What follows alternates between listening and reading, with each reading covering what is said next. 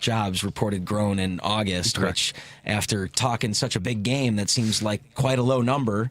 Not that this really bothered me, but I thought it was of note. Trump decided with an executive order today to change or rebrand the Department of Defense into the Department of War, which, okay, fine, but it seems odd coming from a guy that was kind of touting that he's like not the wartime president, Right. like, he's going to end wars. So it just seems like a weird. Also, the guy that dodged the draft. That So, too. yeah. The irony there, of course. Yeah. But that takes us back to like back in the day, like with Britain, and that was the Department like war, like it was. But no, maybe it's just defense. Like, Yeah. But now we're going into like okay, all right. I mean, historically, I guess it was the Department of War I think for it was, a while. yeah. But after World War II, they decided to. maybe rebrand. Yeah, But now also, we're moving. It's defense kind of sounds a lot better though, because we're not trying to be offensive, right? I thought, despite the foreign policy of the United States since World War II, I thought that we were at least trying to give off the vibe that we weren't trying to be on the offense. Yeah.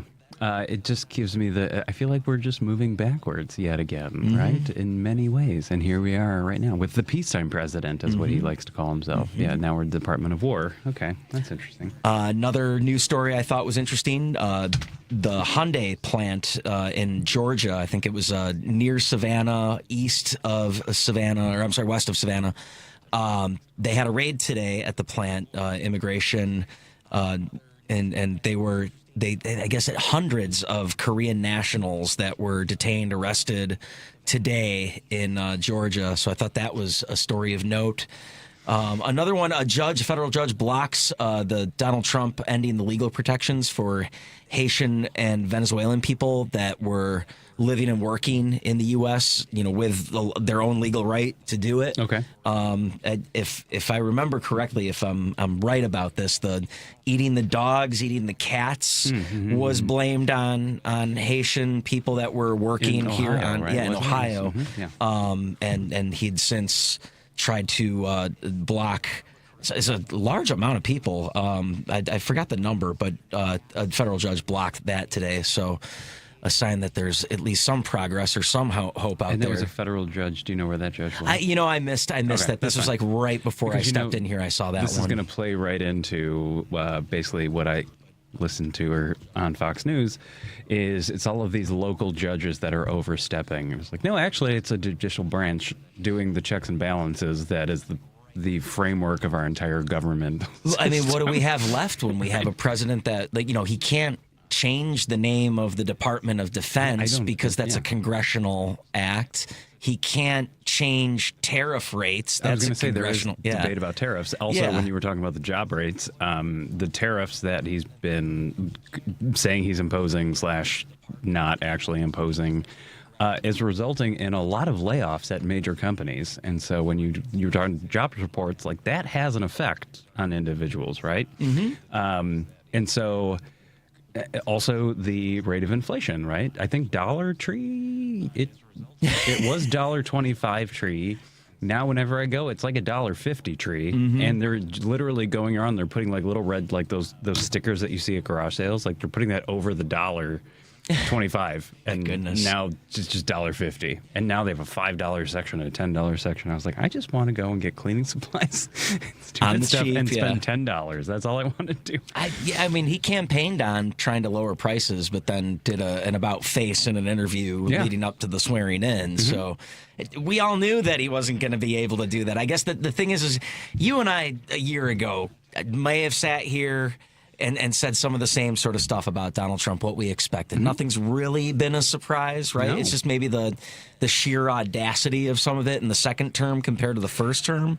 I don't even know if I'm surprised at the audacity because I'm just I was expecting it. And our good friend Jim from Chicago has always, when we were talking, I kept saying, I was like, he can win again.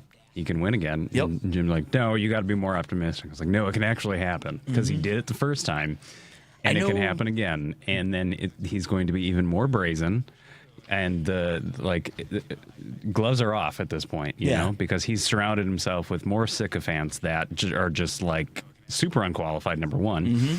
And just yes men and yes women. That's it, right? Like Pete Hegseth, come on, really? Oh my gosh. Yeah. I was He's thinking doing about pull-ups right now, but yeah. changing the whole name though of the Department of Defense to the Department of War. So in the timeline, it's not going to look good in the timeline if we end up in a war, because the timeline, if we remember, will be Trump sworn in. Hegseth becomes the Department of Defense head.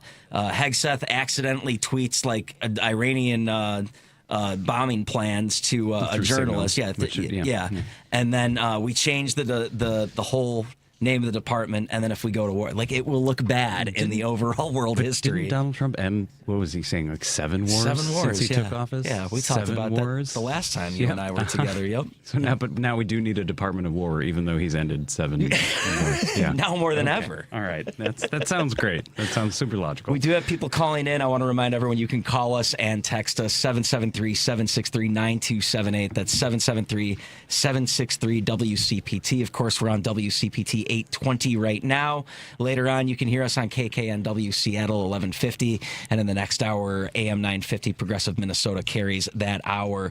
It's just us today. We have no guests, no plans. I mean, honestly, it was just, I kind of want to hear what everyone else wants to talk about. Agreed. You can hear us yammer about some of these same headlines, but it's kind of once again, just another big moment in American history with some of the stuff, just happening. And I see Jim wants to talk about Epstein, and like that's been a whole story this week too. With that's not going away. Like that's still happening, but it's just crazy to me the cover up that's just happening on the right in Congress. And I do like the fact that someone like Thomas Massey's trying to step up. The fact that Jared Moskowitz has been very vocal trying to get stuff into the congressional record. Yes.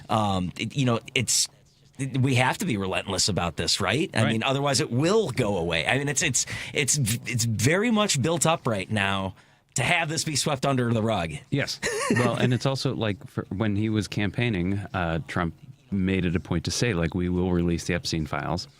And then they were allegedly on Pam Bondi's desk, like, so there were files. But then now they're not there. Didn't exist. And now he's saying that if Republicans support the release of these files, it's going to damage the party. And it's like, okay, so it's like what you and I were talking about, like, right? And he was campaigning on something, and then all of a sudden, boom. Yeah. It's like, oh, well, actually now I've seen that my name is probably allegedly. Several times. It was backs against the wall. I don't care whose name is in it. I really don't. Right? Because the argument of, well, Clinton's on the list. Clinton's on, like, great. If there is some sort of person that could come out and say she saw Clinton there and Clinton did X, Y, and Z and it was illegal activity, then fine, he should serve time. Yeah, sure. But I haven't heard of any of those allegations like we've heard with Donald Trump. And the crazy part is, like, how Ghislaine Maxwell, her treatment, and how Trump won't bury her. Right now. She's living she's at like the Martha Stewart prison, minimum security prison. Yeah. She is a sex offender, a convicted sex offender. Yeah. And like getting special treatment. She can technically leave if she has a job. Okay. Like really? Yeah. Oh my goodness. Yeah. I don't know if she specifically. Is she federal? Could that be a federal pardon? Is that what she is in? Because I'm wondering if that's going to happen. Because I don't know if this is all based in New York, or if it's because if it is based in New York, then technically she can't be pardoned by the president. Yeah.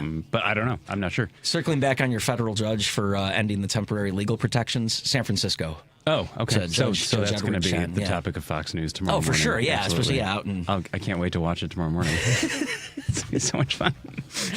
Oh, my goodness. 773-763-9278, 773-763-WCPT. Let's talk about Epstein. Let's bring Jim from Chicago on. Hey, Jim. Hi, Dan, and hi, Paul. Hey, Jim. Paul, real quick, what's the spread on Monday night? Where'd they get the game at? Oh, my gosh, you're making me look this up. Bears-Vikings spread is, I'm guessing, a touchdown in favor of the Bears, but I have no idea. Oh, no, 1.5, and the Vikings are the favorite. Yeah, that's what I thought. I thought it'd be favorite. I didn't have my glasses. I went to check it. Anyway. I'm surprised. I'd take the Bears in the points. Yeah, well, yeah, okay. Good luck with that. Anyway, think about this control. I mean, Epstein and Maxwell and Trump, they want to exercise this control. They had all those women out there on the at the House of Representatives. And what did Trump say? He said, well, the reason I don't like him anymore is because he stole my towel girl, my 16-year-old towel girl at Mar-a-Lago. Well, first of all, it's not his towel girl. She's an employee. If she wants to leave at lunch or go take a duck anytime it's not her. Mm-hmm. He doesn't own her. He just employed her. She's 16 years old. Yeah. Why you would say that? Why you say that is absolutely insane to say something so stupid as that. And then the girl said, they got photos of him all over the office. I mean, Epstein bragged about him. He had a picture with him with his arm around him. And then he also had that the girl just testified that Epstein brought her up to the 16th floor wherever he was at, and he started feeling her up and deliberately because they felt that they owned this person. Mm-hmm. I mean, that's the problem with these people. That's the mindset. And that's what he's treating the United States. He's treating the United States as if he, he's abusing it to the no end. I mean, he's abusing it like nobody's business. But the point is, he doesn't control. They have to have control. There's something about that sexual component of control. I don't know what that is or what turns a person on to control somebody, but for the life of me, I can't think of what it is. But that's a big component of this insanity. But remember this. This is part of civilization, and going forward, we have to correct this idea that you can traffic human beings.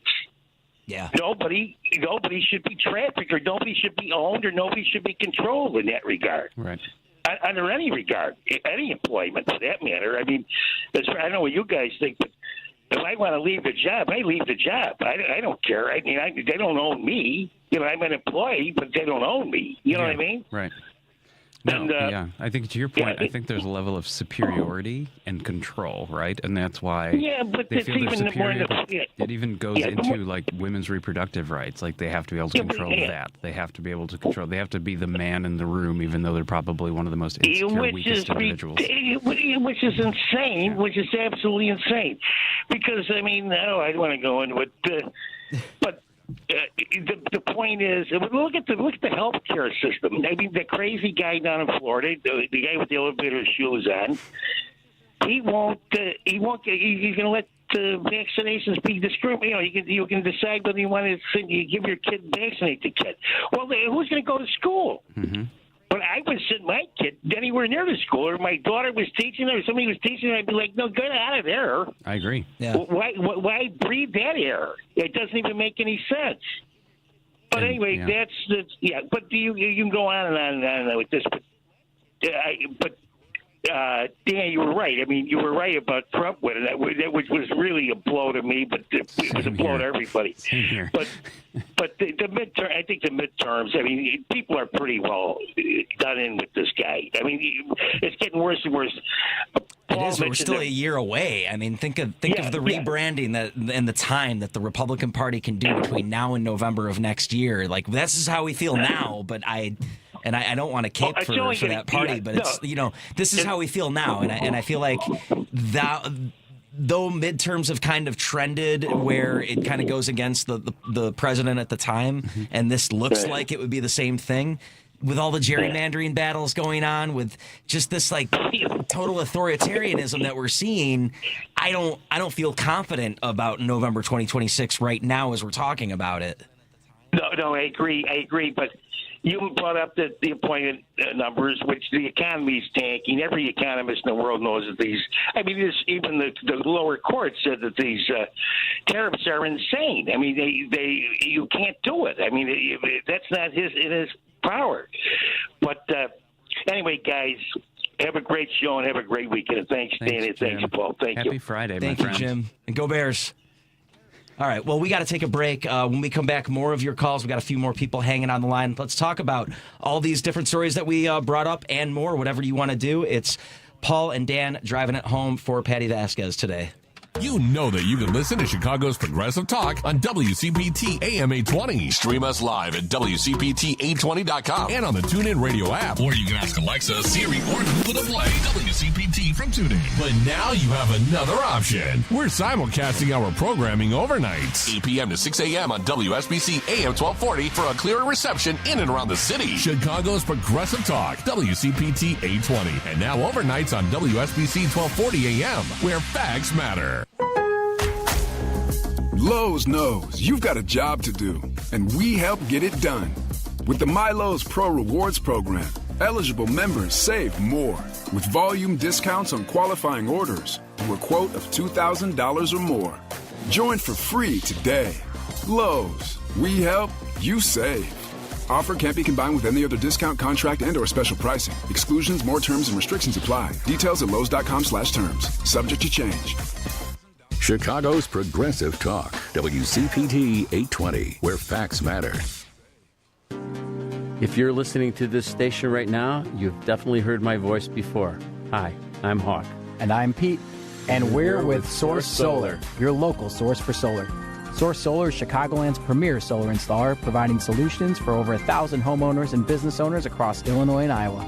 With over a decade of industry experience and deep roots here in Chicago, we have the expertise to help your transition to clean, renewable, resilient energy.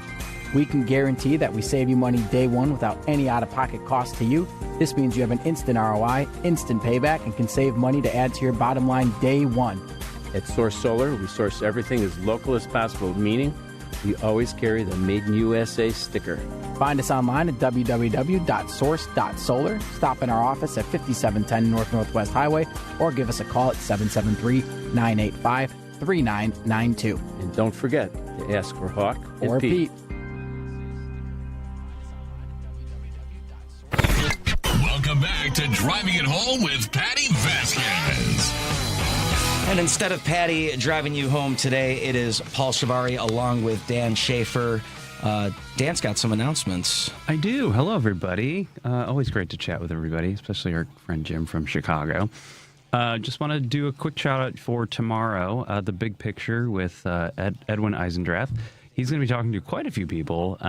Illinois Congressman Chuy Garcia, Samantha Tarazi, sorry if I mispronounced that, who is the Chief Executive Officer of the Voting Rights Lab, which that's going to be a very interesting conversation given what we were just chatting about the midterms and gerrymandering and things of that sort. So that would be a very interesting perspective as we lead into the midterms.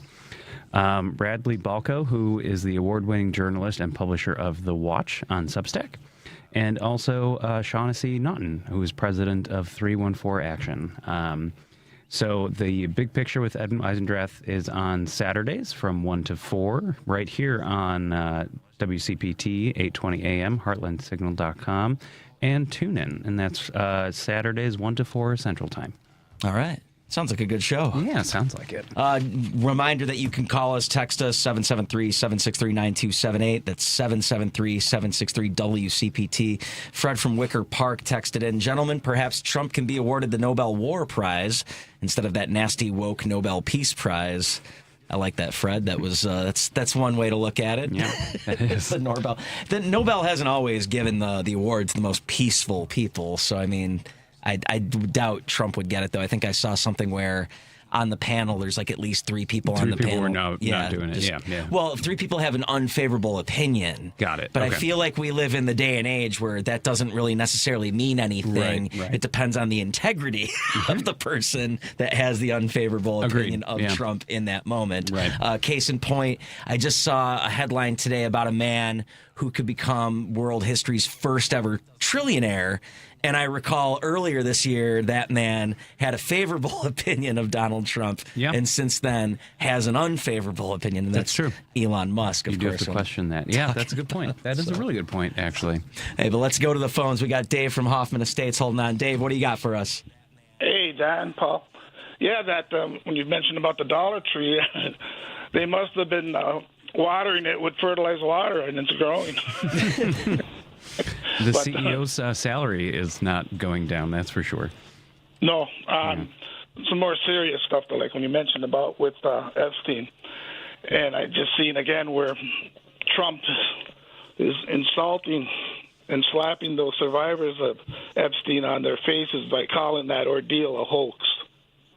Yeah, and that's wild. Especially at a time when, earlier this week, Nancy Mace having a full-blown panic attack as she's listening to survivor stories, and it's just so wild how the lack of humanity on the part of so many people on the right that are just completely ignoring this whole thing. And also the pettiness, Dave, to your point, and Paul, to yours, while they were doing your teleconference today, there was coincidentally a military flyover that essentially drowned out I heard. those speaking.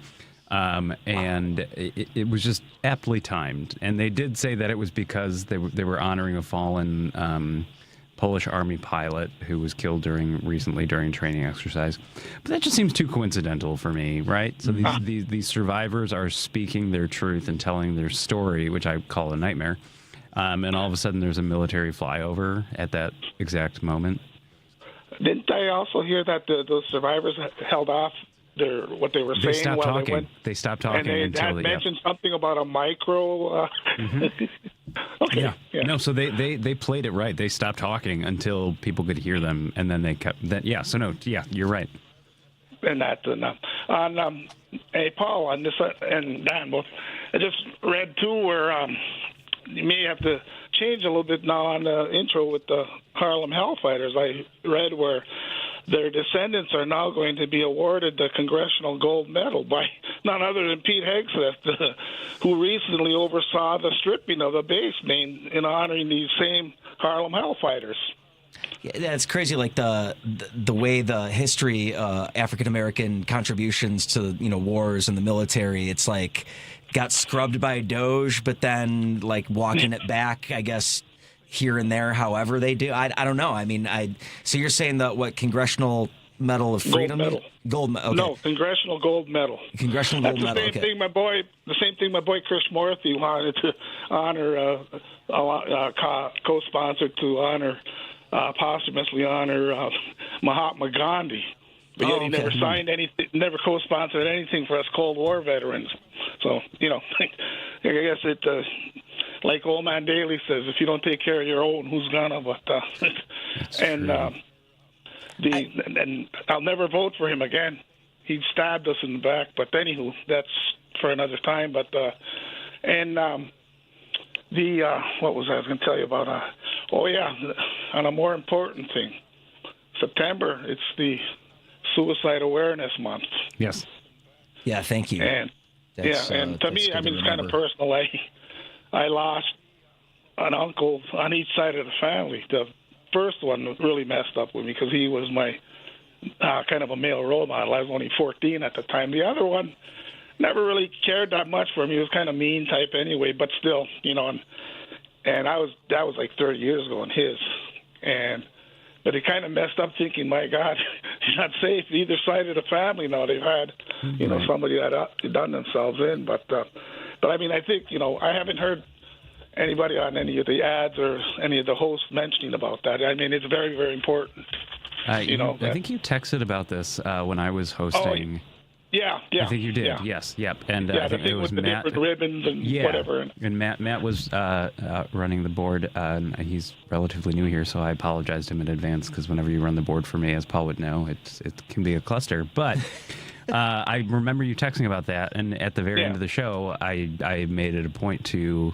Because I literally attended a funeral this week for somebody that died by suicide, and I wanted to just point out that if you ever want to be heard, there is a lifeline. It's called. You just dial 988 if you ever want to talk to somebody, and those resources are out there. Trevor Project is also really good, but if it's 988 if you do need to talk to somebody and just feel heard because you need to be heard. And that's I'm sorry for your loss. Thank you. Yeah, but I really appreciate you bringing that up because it is definitely something that we need to continually be aware of. Yeah, and I'll close out with but try to leave on a little more humorous note, But I mean, this is what I felt was very important about the suicide, and No, I'm glad you said something because I was unaware that it was September, and now that's got me down a rabbit hole. And I see that this Wednesday is World Suicide Prevention Day, so this is you guys are informing me. So it's got to start somewhere, right? Well, we're all family here. We are. Mm-hmm. One will pick up the other one if need be. But Paul, did you see the game last night? I saw a little bit of it, and then a little bit after the delay, I kind of had it on in the background. But the spitting incident and just kind of all that, which, already we're one day into the football season and already have a controversy. Yeah, right after the kickoff. But what struck me as funny, I don't know if you're a Seinfeld fan, but you remember the one with Kramer and when Keith Hernandez, the second spitter, and yeah, that's right. I just thought let me leave you on a smile, But thank you for letting me voice about the. Thank you, Dave. Get the word out, and that somebody can talk and help somebody. Yeah. Anyway, let me get off. Thank you. All right, thanks, guys, for letting me spit. Thanks. Always appreciate when Dave drops the knowledge like that. Was unaware about Suicide Prevention Day and World Suicide Prevention Day and then the Suicide Awareness Month. Mm-hmm. We got to hit a break here. It is Driving It Home with Patti Vasquez, but instead it's Dan Schaefer and Paul Chivari. Back in a moment. You're listening to WCPT 820. Here's the latest Chicago weather update. I'm meteorologist Ray Miller from the Weatherology Weather Center. Partly cloudy skies tonight with a low temperature of 51 and west winds at 15 to 30. Saturday, sunshine with a high temperature of 67 degrees and west winds at 10 to 20 miles an hour. Sunday, sunshine and a high of 68. Monday, plenty of sun with a high of 74. Tuesday, partly sunny and a high temperature around 79. Wednesday, sunny with a high of 78. That's the latest Chicago weather update. Right now, it's 66. This is Chicago's Progressive Talk, 820 AM, WCPT Willow Springs, and online at WCPT820.com, where facts matter. Choose Views with Richard Chew. It's taking action that matters. Whether it was 600, 6,000, or 600,000 people out, there's the impact of the voice being heard, but it's also we feeling like I'm not just sitting watching this train go by, this horror show go by, and not doing something. And then when you find that there are more like-minded people than you realize, you understand that there are more of us than there are of them. Richard Chew, weekday mornings at 6 on WCPT 820. When it comes to banking, you need a bank you can trust. A bank with a rock-solid reputation and the highest integrity. A bank that gives you the attention and respect you deserve. ABOC first opened its doors in downtown Chicago in 1922, and we've made our name on deep expertise, best-in-class service, and a strong commitment to our customers. We know the Chicago business market inside and out and can help you craft the perfect banking solution, no matter what type of business you're in. And if you're looking for a banking partner for your labor union, we can bring the type of expertise that only comes from a bank that was founded by labor unions and still has union employees and shareholders to this day. Whether you need a deposit account, loan, trust services, or investment management, ABOC has you covered. Let's work together to manage your finances today while planning for a better tomorrow. ABOC, a bank built on a strong foundation. Visit aboc.com to learn more. Member FDIC. Because facts matter. You're listening to WCPT 820.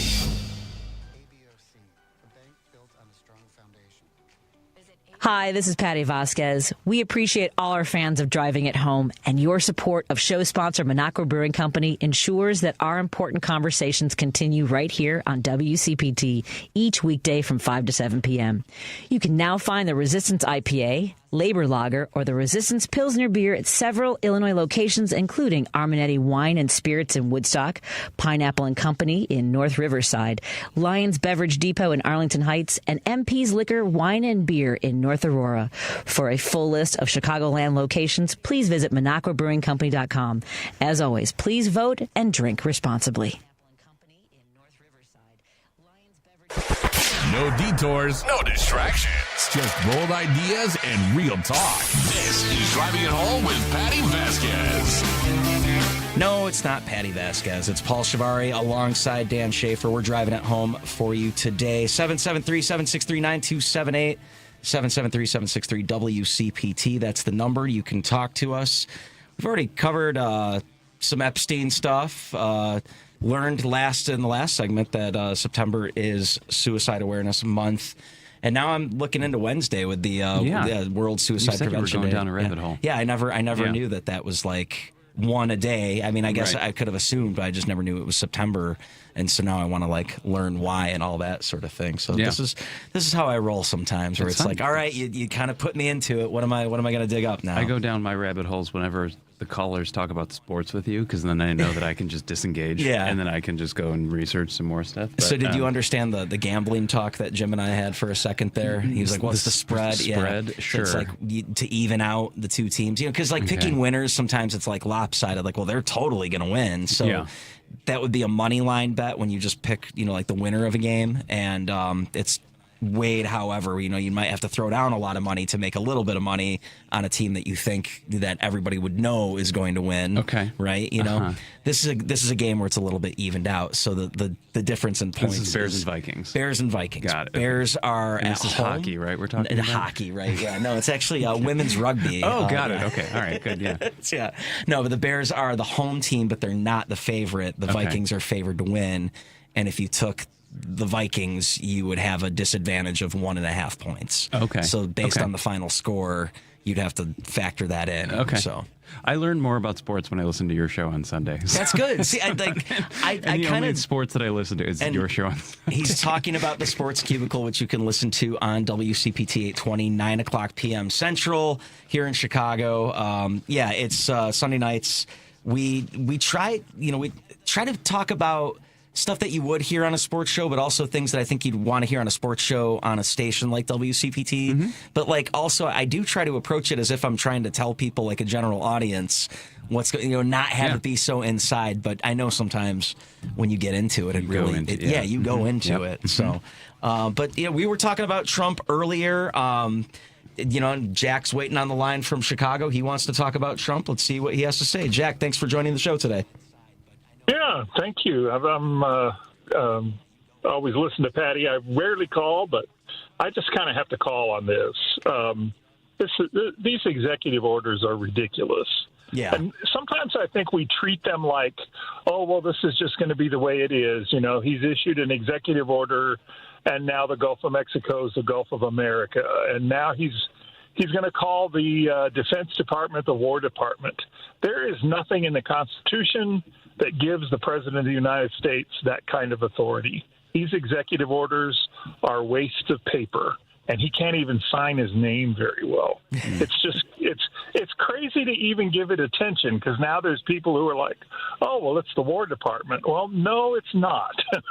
It doesn't. He doesn't have that.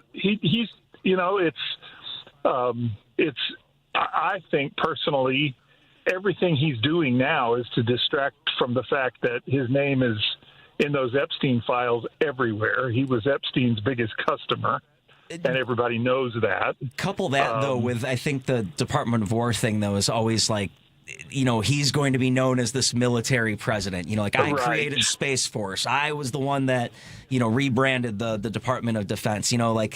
Things that ultimately mean kind of nothing, and things that through executive order, it's like I don't even know how legal some of this stuff can be.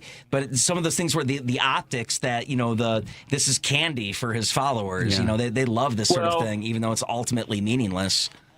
If it's defense, if our military is defense, then he can't brag about invading Greenland or Canada or someplace like that, because that's not defense. That's aggression. Mm-hmm. But I mean, I was reading somewhere. I don't even know who's kept up with it, but and I want to say maybe it was even on WCPT. I heard somebody comment on the fact that there's only 2 of the executive orders that he's issued since he's been in the White House this time that are legal and still standing. I mean, everything else has been just a waste of time. Right. Yeah, or challenged, or or the courts have thrown it out. Mm-hmm.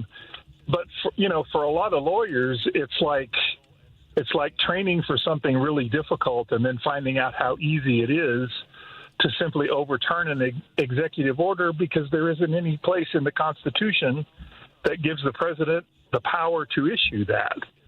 It's like going back to elementary school as far as that's concerned, because Trump has no idea. He doesn't have any idea. He does what he wants to do. He doesn't listen to advisors. He doesn't listen to his legal team, and he makes himself look like a really stupid idiot. Mm-hmm. Yeah. He's a very smart, stupid idiot, though, because he always seems to get people to follow him. And to your because point, we have a lot of people who follow him who are also stupid idiots. Yeah, and to your point, Jack, this is what we're talking about right now, right, is renaming the Department of Defense. And what we're not talking about is the jobs numbers that Paul was talking about earlier, which is really, really bad. The tariffs. We're not talking about Epstein, which is also really bad. We're not talking about the National Guard might be in Chicago as soon as tomorrow. We're not talking about any of these things. We're talking about him renaming the Department of Defense. I'll be surprised if I see the National Guard here. I don't think that's going to happen. I don't think it's going to happen. I think if it does, it's only going to be like protecting the bean down in Millennium Park, or something along those lines. I don't think you're going to see them necessarily going into certain neighborhoods, or maybe like a press photo op where they're raiding like a plant or something, or maybe a neighborhood. But I don't know. I mean, I think that the National Guard will be here, but I just don't think it's going to be as drastic as people are making it out to be. But I wanted to circle back to the executive orders, because this is a fun fact that I kind of had ignored in the last 6 months, just because it's the onslaught of the Trump administration, everything that they're doing. In the first term, Donald Trump signed 220 executive orders between 2017 2021. Mm-hmm. That's almost as many as Obama, but not as much as Obama. But Obama had twice as much time. It is about 50, 60 more than Biden had in his one term. In this term, the second term of Donald Trump, 198 executive orders. He has 22 to go to equal his last term. He hasn't even been here a year. Yes. I didn't realize it was that many. That's crazy. Yeah, it's just, to rule by executive order is to admit that you're a failure. Because you can't get the legislature to do anything you want. Well, and Jack, do you remember, everybody was harping on Obama for being the executive order president? But that was because he... But his executive orders were constitutional and legal. There's a big difference. Yes. Yeah. Yeah, they weren't like changing the name of C's or changing departments that they don't oversee. Or also difference is Donald Trump and the Republicans control all branches of government. That wasn't the case during Obama's administration, or it was for a very short period of time. That's why he had to do executive orders. What's his excuse now when you control both houses of Congress and you still have to do this? Yeah, exactly.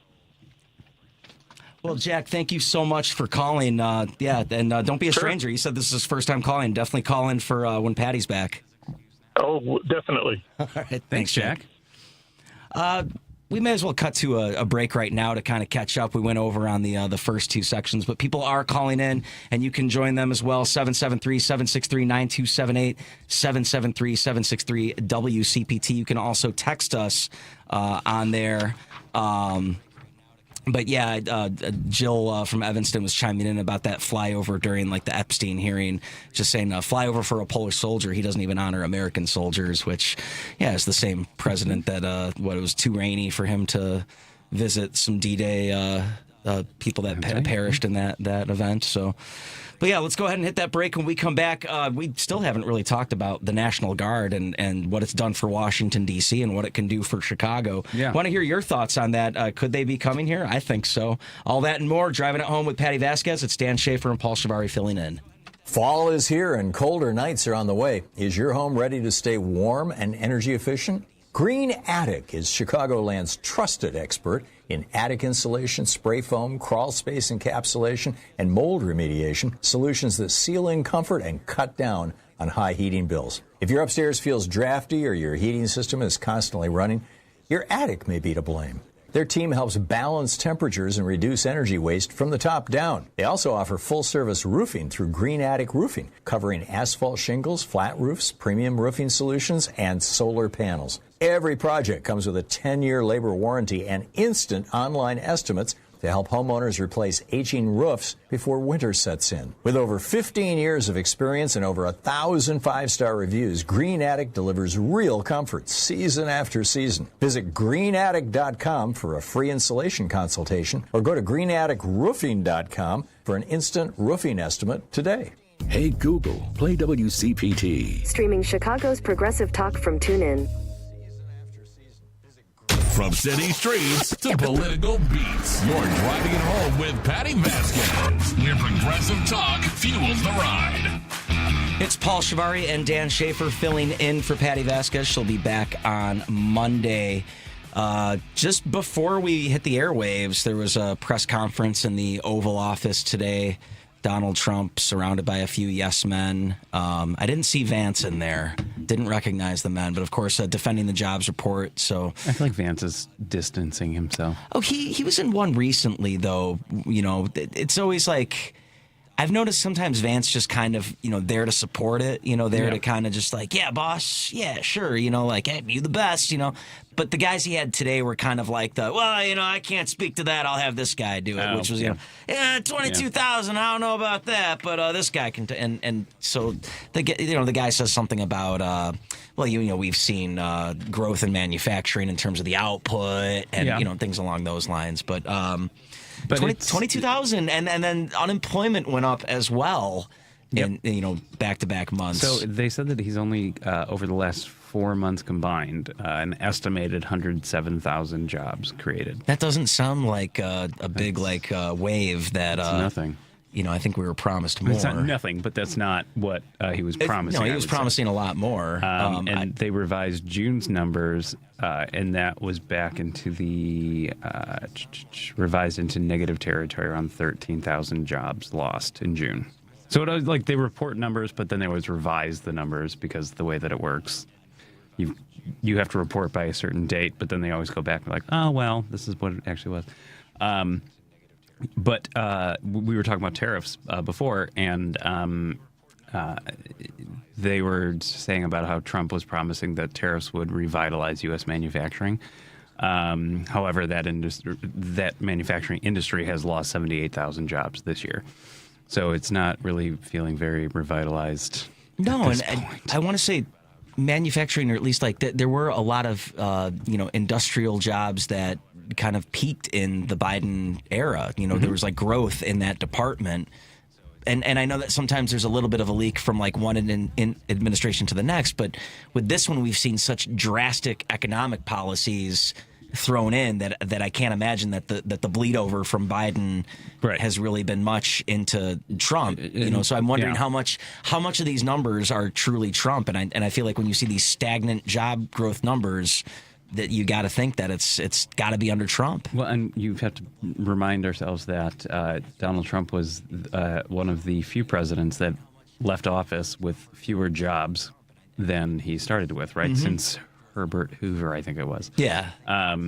So how are we not thinking that's going to be the same again? Right. The man who bankrupts casinos. I understand the COVID element of it, but even then you saw he was talking about the auto industry and how, it's going to return to where it was, 40 years ago. And just looking at the 10-year output, it kind of peaked in that 10 years with Obama, then kind of slowly trickled down even before COVID under Trump. Yeah. And then since then has been rising back up. And I think the newest year was like 2023 that I saw.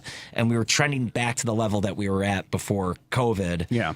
But I don't know what that's going to look like going forward. But at the same time, I don't want to hear people talk about how the Biden administration sabotaged the auto industry, because this was a guy that was so for workers' rights in the United States, the first president, Joe Biden, to actually be on a picket line. Yeah. And was there when the UAW had their deal with Stellantis. Let's not forget that he was also vice president when we bailed out the auto industry.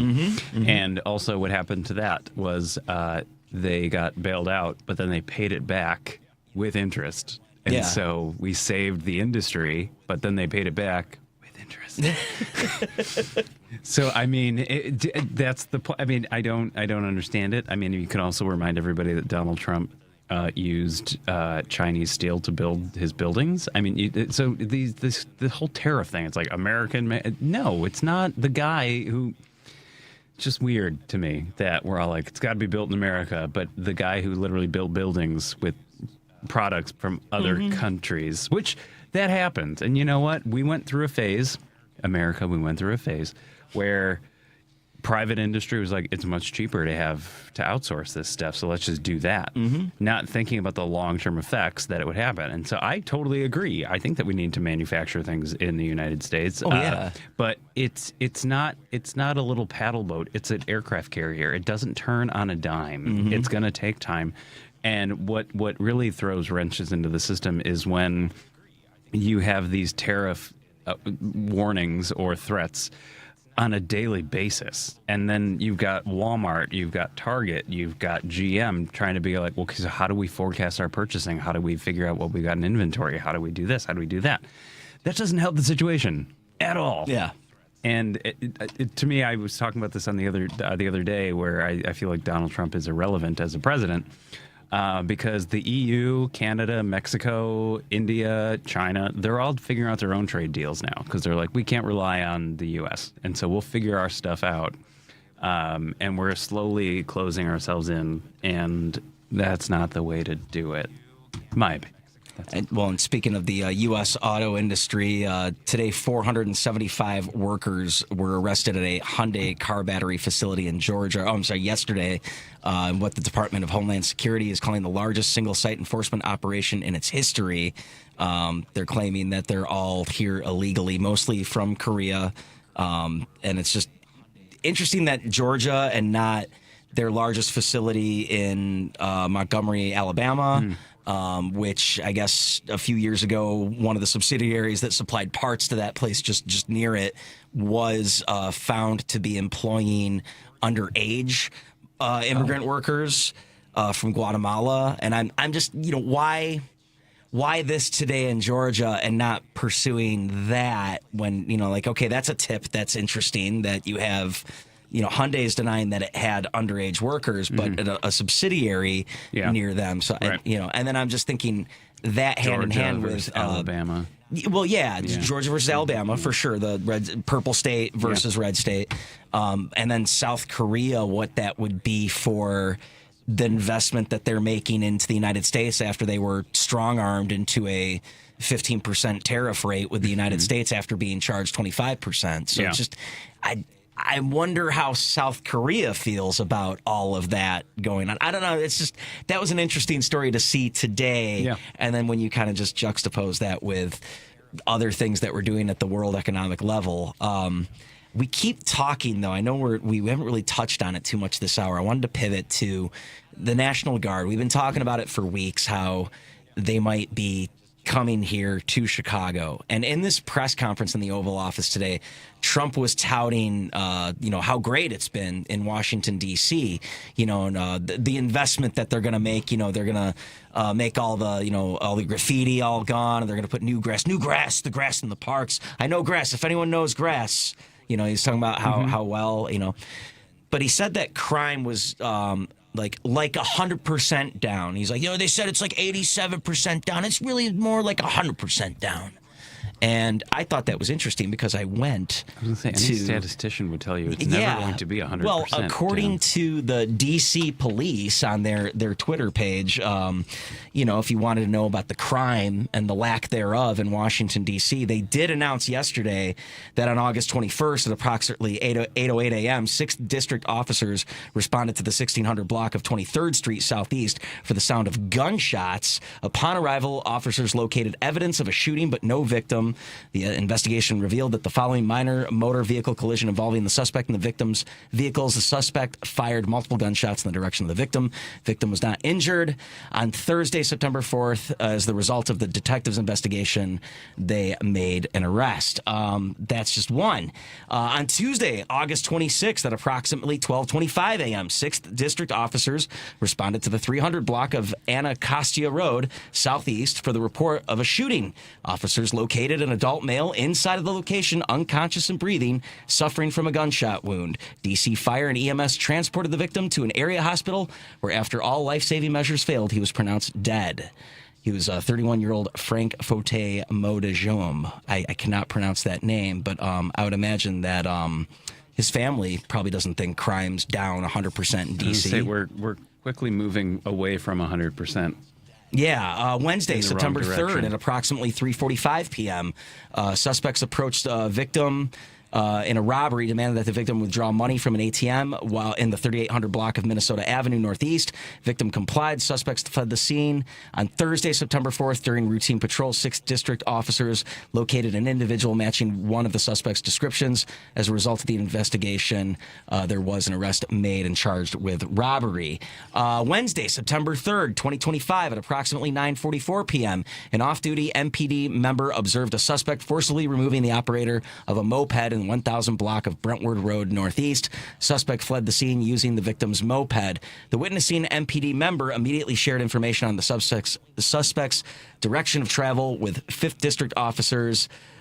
Officers saturated the area and located the suspect in the 900 block of 17th Street. You get the point. Unarmed carjacking, reckless driving, no permit was the charge. And this one's from February, but they finally made an arrest on... It looked like the gunshot at Union Station back in February, so I know that's not new crime, but I gave you 3 examples from this week alone of new incidences of crime, and yet the president, is just telling you he wasn't wearing that hat though, like the big red hat that he wears that says he was right about everything. I noticed he chose not to wear that hat today in the press conference. I actually noticed that hat the other day, and I was like, really? Yeah. Really? I mean, okay. I can name I think it was things. like Trump was right about everything or something. Everything. Like that. Everything. When I should start wearing one that says Hillary and Kamala were right about everything. They were about him. They were right about Trump. Right about everything. It doesn't have to be everything. They were right about one specific thing, and that was him. I mean... But to your point, though, it's okay, like I said, a statistician would be like, okay, 100% is not a thing. Yeah. Right? Yeah. One of my favorite books is Lies, Damn Lies, and Statistics, and it shows you how you can manipulate numbers. But the other part of it is the crimes are still happening. Are individuals being apprehended? Sure. Well, at least in that's these fine. In these press instances, releases, they're announcing an arrest. They're not reporting the... Not reporting the... Yes, yeah. So that's when you have the breakdown between reporting versus actual apprehensions. And then you get to the prosecuting stage where is good old Judge Janine able to actually argue a case against these individuals, or were they just picking people up and maybe not able to actually prosecute? That's true. We don't know if you do the crime, you need to be able to prosecute. You need to be able to do that. But this is what it is now, and this is what you were saying earlier. It's just like keep talking about it, keep it going. Oh my God, we got so many guns off the street. We had so many arrests. And Fox News literally, Fox News, they do the comparison of what it was versus what it is, and they just 1,300 or this many people were arrested. And I was like, but okay. All right. Interesting. So but then they also say that, like in Chicago and New York, locally, we don't report instances of crimes accurately. So we're always like, oh, crime's down, but are we accurately reporting it? They're inflating it, in my opinion. Yeah. Allegedly. Well, all the numbers we've seen as far as like homicides in Chicago, it was trending downward over the last couple of years. And if it averaged out at what it was, I think like 35 a month, it still would have been below last year's numbers. And go to other red state cities and figure out where it goes per capita, how we compare. Yeah. Well, I mean, I think, there's got to be a red state out there that saw an increase in their homicides after a governor took over or somewhere in a governor's term, but I'd like to know in these utopian Republican places, what are the policies that they're putting out there where there's zero crime, no crime whatsoever. But to hear him say that completely, and it's like, well, I just gave you a dead guy. Yeah. I gave you a dead guy from since the National Guard's been there, and they haven't been patrolling these areas. So I don't understand how it's going to be safer. But hey, you guys let us know. 773-763-9278, 773-763 WCPT. You can call us. You can text us. Roosevelt's hanging on the line. We're going to get to him in the next hour. We're driving it home for Patti Vasquez. It's Paul Chivari alongside Dan Schaefer. Listen up, fellow timeshare owners. If you're a timeshare owner and you want out at all costs, you're done, frustrated, tired of wasting money, you don't use the darn thing. Get out now. Hire the best Bulldog timeshare cancellation team in the business. Their in-house legal team, headed by a timeshare cancellation lawyer, can help you fight the biggest and baddest companies out there that sell timeshare. At some point, you were using your timeshare, but now you're not, and you're tired of wasting money. Before you go to the poorhouse, call right now and learn how you can stop the maintenance fees and put more money back in your pocket. Their services cost you a lot less than you think, and you'll save a lot of money over time. Call the Timeshare Exit Hotline now. It's a free consultation. 800-296-0150. 800-296-0150. 800-296-0150. That's 800-296-0150. Nothing makes a gathering great like Eggland's Best Eggs. They're just so delicious, with better nutrition, too. For us, it's eggs any style, as long as they're the best. Eggland's Best. AP News, I'm Ben Thomas. Hiring stalled last month. Sagar Meghani reports uncertainty over President Trump's economic policies appears to be cooling the labor market. American employers added just 22,000 jobs, down from 79,000 in July. The unemployment rate is now 4.3%, the highest since 2021. This is a no-fire, no-hire job market, and it's one where recently consumers and, let's say, workers have been enunciating their falling confidence in the economy broadly, and the job market is part of that. Bankrate's Mark Hamrick says employers are essentially sitting on their hands, unsure of how the Trump tariffs and other policies will play out. And those do not give employers any added reason to hire. President Trump yesterday seemed to shrug off whatever numbers would come out today, saying he's more focused on job growth a year from now. You're going to see job numbers like our country has never seen before. Sagar Meghani, Washington. Wall Street unsure which way to go with that. The Dow, S&P, and the Nasdaq all closing with small losses. President Trump signed an executive order to rebrand the Department of Defense as the Department of War. The change requires congressional approval. And Ed Donahue reports the new pay package could make Elon Musk a much richer man. In a regulatory filing, Tesla says if approved by shareholders, Musk would be handed shares worth as much as 12% of the company in a dozen separate packages if the electric car maker meets certain performance targets, including massive increases in car production, share prices, and operating profit. It could make Musk the first trillion-dollar executive. The payoff is in shares and not cash. Those goals are extreme. In one case, Musk would have to convince investors in the stock market Tesla is worth $2 trillion in total, double what they value it today. I'm Ed Donahue. This is AP News. At the U.S. Open, Carlos Alcaraz beat Novak Djokovic to reach his third Grand Slam final in a row. He'll play the winner of Jannik Sinner and Felix Auger-Aliassime. As for the women, Aryna Sabalenka is one win away from defending her U.S. Open title. Happy to be in another final. In a rematch of last year's final, the top-seeded Belarusian defeated fourth-seeded American Jessica Pegula 4-6, 6-3, 6-4 in the semifinals Thursday. I really play great tennis, and I think I handled that pressure really well. Sabalenka is seeking her fourth Grand Slam title. She will face eighth-seeded American Amanda Anisimova in Saturday's final after a 6-7, 7-6, 6-3 victory over Naomi Osaka. Anisimova has yet to win a major and could become the second American in 3 years to claim the women's final in Queens. I'm Gethin Coolbaugh. The latest at apnews.com. I'm Ben Thomas. Thanks for listening.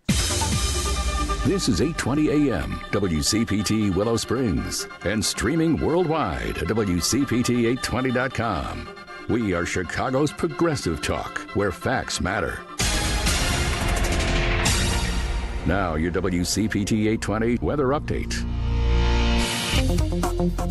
I'm meteorologist Ray Miller from the Weatherology Weather Center. Partly cloudy skies tonight with a low temperature of 51 and west winds at 15 to 30. Saturday, sunshine with a high temperature of 67 degrees and west winds at 10 to 20 miles an hour. Sunday, sunshine and a high of 68. Monday, plenty of sun with a high of 74. Tuesday, partly sunny and a high temperature around 79. Wednesday, sunny with a high of 78. That's the latest Chicago weather update. Right now, it's 66. Today, 1 in 5 working-age Americans has a mental health condition. People in all types of jobs and at all levels. And the key to helping us succeed is a supportive and inclusive workplace. All of us have a role to play in making that happen. So what can I do to help? As a CEO, I can set the tone for supportive culture. As a manager, I can offer assistance and accommodations. As a coworker, I can listen and be a source of support to my colleagues. As someone with a mental health condition, I can ask for what I need to perform my best. I can offer all employees the supports they need to deliver on the job. For the team and for the business. What can I do? What can I do? What can I do? I can remind others that we all benefit from workplaces that promote good mental health. Mental health-friendly workplaces are more important than ever. And all of us have a role to play in promoting them. Learn more at whatcanyoudocampaign.org. WCPT 820, Chicago's progressive talk, where facts matter. Driving it home with Patti Vasquez, Patti Vasquez. From global conflicts to greenhouse gases, the folks refusing to wear masks says, and politicians getting caught grabbing asses says, she's driving it home with Patti Vasquez. It's Paul Chivari and Dan Schaefer filling in for Patti Vasquez today. We're driving it home for you here in the last hour. I want to thank AM 950 Progressive Minnesota for joining us. We're heard on WCPT 820 in Chicago, KKNW Seattle 1150 AM, and of course, like I said, AM 950 in Progressive Minnesota, and hopefully more radio stations because we need to network. We need to be a community in these times. We were talking about Donald Trump bringing the National Guard to Chicago in the first hour. We were talking about that low jobs report, only 22,000 jobs increase in August. We were talking about the Department of War and that executive order and the insane amount of executive orders that Trump has already signed, less than a year into his second term. Putting him in just really such at a high rate compared to any other presidency. That's not hyperbole. Any other presidency has seen a rate like this before. Yeah. That's crazy. But we had Roosevelt hanging on the line. I know he likes to talk about Trump. Roosevelt, what do you got today? Guys, first of all, have a nice weekend. Thank you for taking my call. Thank you. And you have a nice weekend as well, Roosevelt. Yeah. I want to cover quite a few things. So if you got a little time, I got a little story. Sure, we got time. We got plenty of time. Okay, I don't know if you guys ever saw a movie called The Long Ship. It's about the Vikings and God. And that's the way I think Trump thinks. He thinks he's a god. You know what I'm saying? And there's a scene in the movie where the gods are playing with the actual people that lived in those times, like in the Greeks, Alexander the Great and all that. Okay. And they're playing like a chess game with actual people, but the gods are looking from above. And there's like a female god. I don't know the names of the gods at this time, but that's what this guy reminds me of. He thinks of himself as a god. Now, coupled with that, he likes everything gold. The pyramids of the Egyptians. Everything they like King Tut, the boy king. That's who he reminds me of. So that's my 2 cents as far as Trump. He likes everything gold. He likes to rename everything. He likes to declare everything, his way or the highway. When you were talking about gold, that's where I was, and I always talk about individuals because I do agree with you 100% that Donald Trump thinks that he is a godly figure, and I always remind. I went to Catholic school my entire life, and so I can school many people on the Bible, Catholicism, basic Christianity, but I always remind my Christian friends who are Trump supporters that they are they're praising a false prophet, right? And that's basically what was warned against in the Bible, right? It's like the first or second commandment, right? Exactly. And so it's like, if Donald Trump thinks that he's God, he's convincing others that he is, which is causing others to go against the very beliefs, the foundation of the religion that they were raised upon. And that's just that. Yeah.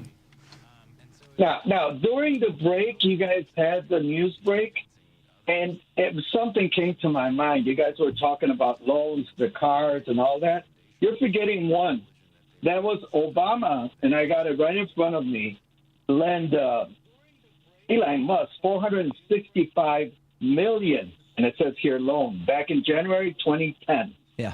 So that is another one with that. But I want to talk mainly about Trump and the meetings he's had with Putin. I don't know how many, but remember, I know it's more than 5. I know that. And that's not even counting the phone calls that he's had. This is my theory, boys. These two guys are conspiring for the failure of Zelensky and Ukraine so that he is forced so that Trump comes in and he looks like a hero. He gets the Nobel Peace Prize. But I think they're conspiring to do, you know what I'm saying? To do him harm. So he comes to his knees.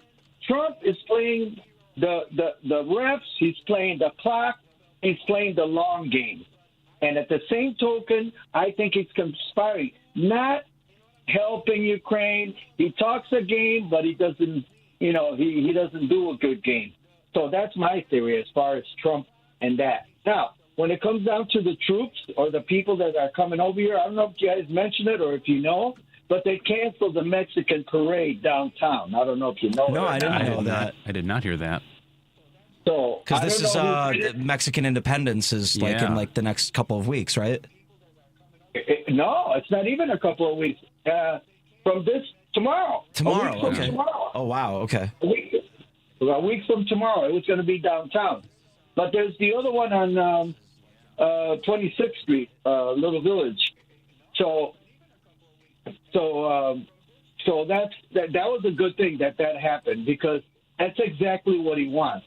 He wants a spectacle. He wants to record this. And I cannot overemphasize the fact that they're recording this thing. They remember when Dr. Phil was here with a team of cameramen and it was like the first ICE raids under the Trump administration back in January. Bingo. I don't think that's being reported enough, but they're about. I mean, look at Kristi Noem. Look how many commercials she's got. How many when they pop up on your TV?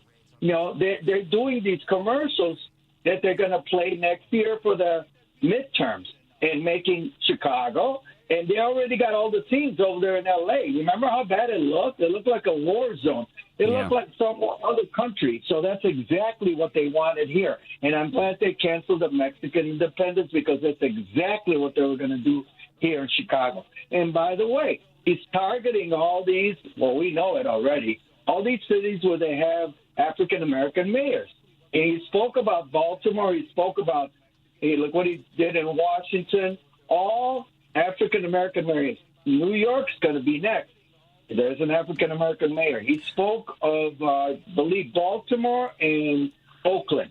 I should note, though, that Trump is really strong on Eric Adams in terms of, trying to bail him out of the legal situation he's in and promising him for certain favors, a spot in maybe the Trump administration or some sort of job. For both, he's trying to pit Cuomo against. But it's also right now he wants Adams or Cuomo to be the mayor other than Mamdani. Yeah. But that's another they're conspiring right there too in New York because they don't want that young man to become mayor. And I'm talking about the three guys. Yeah. Adams, Cuomo, and Trump. Yeah. Because from what I heard, they known each other. I think it was Tom Hartman. He mentioned that they known each other for decades, meaning the Cuomo family and the Trump family.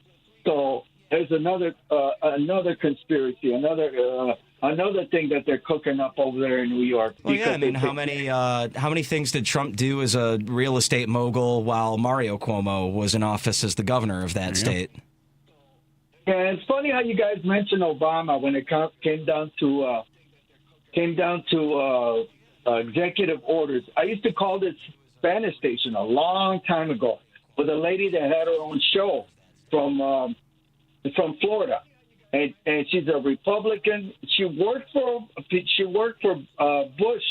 What's his name? Jeb Bush, Governor Bush. Okay. And she jumped to Trump. Her name was Helen Aguirre, and she's supposedly a big time DACA and immigration lady and all that. It was a bunch of bull. She's a sellout, and I remember her saying, I'll never forget it. She says, "Who does Obama think he is? A king with all these executive orders?" She would never miss an opportunity to say that. You don't hear from her at all now. So these executive orders are ridiculous, but it reminds me, like I said before, it reminds me of somebody that just declares himself king, God. And remember, back in those days, they had a connection. The kings had a connection with the gods or a god, and that's including Europe. I mean, look at Europe during the history of Europe with the Vatican and all that. All that is connected to the gods, and that's the way I believe Trump is. Down to the point that I made earlier about everything that he likes. He likes gold. So, yeah, I don't know.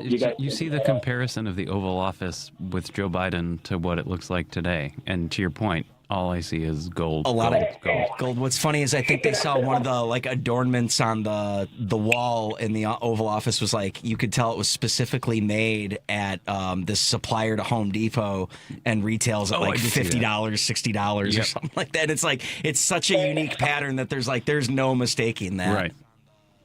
And guys, I'm going to ask you this question because I'm scratching my head here. So let me get this straight. He fired the lady that reported, 78,000 jobs, fired her.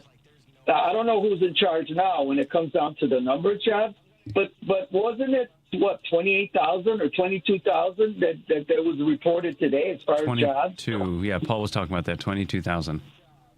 So isn't 78 more than 22? I don't get it. You see what I'm getting at? It doesn't make any sense. Shouldn't somebody be fired? That's my point.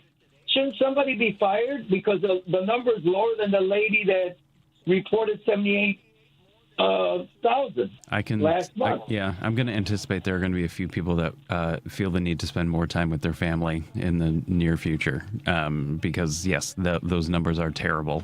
And the fact that they were reported is good. But they're going to try to stop reporting those numbers or at least limit the impact of it as best they can. But no, I agree with you completely. Yeah, 78,000 sounds a lot better than 22. So yeah. I don't understand. I don't get it. I mean, because then now he does a complete flip. Now he says he's basically saying that he wasn't talking about this year. He's talking about next year's numbers. I mean, it was on your news break. They mentioned it.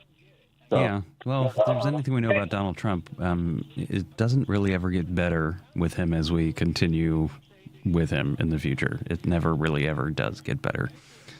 Not for us, but for him it will. Well, thank you, Roosevelt. Yeah, thank you, Roosevelt. Okay, thank you. Bye-bye. Yeah, it's a lot of stuff. I was looking into Bill Wietrowski. He's the new the acting commissioner for the U.S. Bureau of Labor and Statistics after the previous person got fired, and I think that's who he had in the Oval Office today, but I don't recall because they don't give really the banner or the names up there that were with him, But I was trying to look into his background, where it's why this guy, because I don't think you can manipulate those numbers as the acting head or the head of this organization. Right. The report's just kind of done and culminated and put together, and then that person, I think, just submits the report. Yeah. But yeah, it makes me wonder. Was that just an excuse? Not so much the numbers or the optics, but just an excuse to yet again put your guy into the situation versus. That person was no good at their job. Yeah. So, I don't know. I don't know. But anyway, we're going to be talking about that and more. We see some people holding on the line. We're going to get to your calls. 773-763-9278. 773-763-WCPT. We're driving it home for Patti Vasquez. Wanted to say a texter, too. We were talking about Barack Obama. A texter from the 773 said, reality has a way of asserting itself. And I thought that was funny. Back with more of Driving It Home with Patti Vasquez, Paul Chivari, and Dan Schaefer filling in. A better life with Dr. Sanjay Gupta. Flourishing is something we all want to do, but with everything going on in our lives, it can be hard. Researchers at Baylor and Harvard Universities teamed up with Gallup and the Center for Open Science to determine what constitutes flourishing and found this. It indicates you're living a good life, and it is more than individual happiness. It is evaluated from multiple dimensions, including health, financial security, meaning, and relationships. While there are parts of flourishing that are out of your control, there are more things that you can control than you might think. When you have a minute, Google this: 12 core flourishing questions. And your first result's going to be this Harvard website where you can score answers to questions to figure out what things in your life you might want to prioritize spending more time on or effort on in order to flourish. I'm Dr. Sanjay Gupta, helping you live a better life. At Straight Talk, we get it. You say no a lot. Mom, can I get a tarantula? No. Coffee? No. So we're giving you more reasons to say yes, like a free 5G phone with real unlimited data with select plan activation. Can I use the free phone? Yes. See? Doesn't it feel good to say yes to more? Absolutely. Face tattoo? Absolutely not. Available at straighttalk.com and Walmart. Taxes and fees apply. In-store activation of Gold Unlimited plan or higher required. For network management practices, visit straighttalk.com.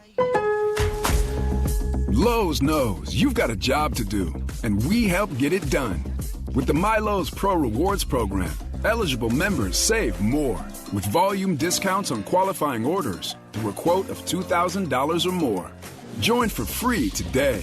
Lowe's, we help, you save. Offer can't be combined with any other discount, contract, and/or special pricing. Exclusions, more terms, and restrictions apply. Details at lowes.com/terms. Subject. The Sports Cubicle. We have a two-time national champion, head coach of the North Central Football Cardinals. It's Brad Spencer joining the Sports Cubicle today. How much do you have to live in the world of the transfer portal? If you look at what's going on, so much of college football at the higher levels particularly has become transactional, and we want to stay transformational. It's always been about being an all-American father, husband, and teammate. The Sports Cubicle, Sunday nights, 9 p.m. on WCPT. This is WCPT 820, where facts matter.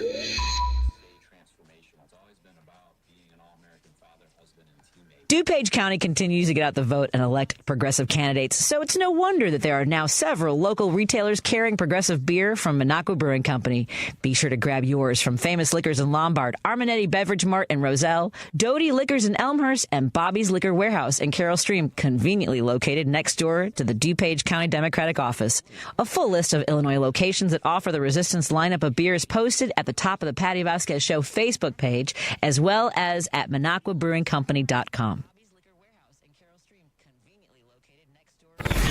Welcome back to Driving It Home with Patti Vasquez.